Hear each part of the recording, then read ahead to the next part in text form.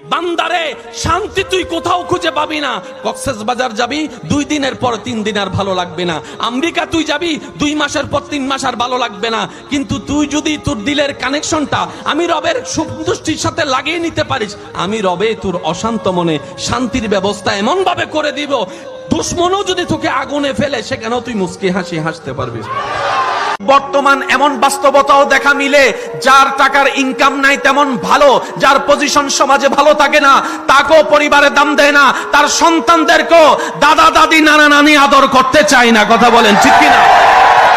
কোন জায়গায় ভালোবাসা খুঁজতেছেন? ভালোবাসা নাই, নাই নাই, যেখানে আছে সেখানে আবার আমরা নাই।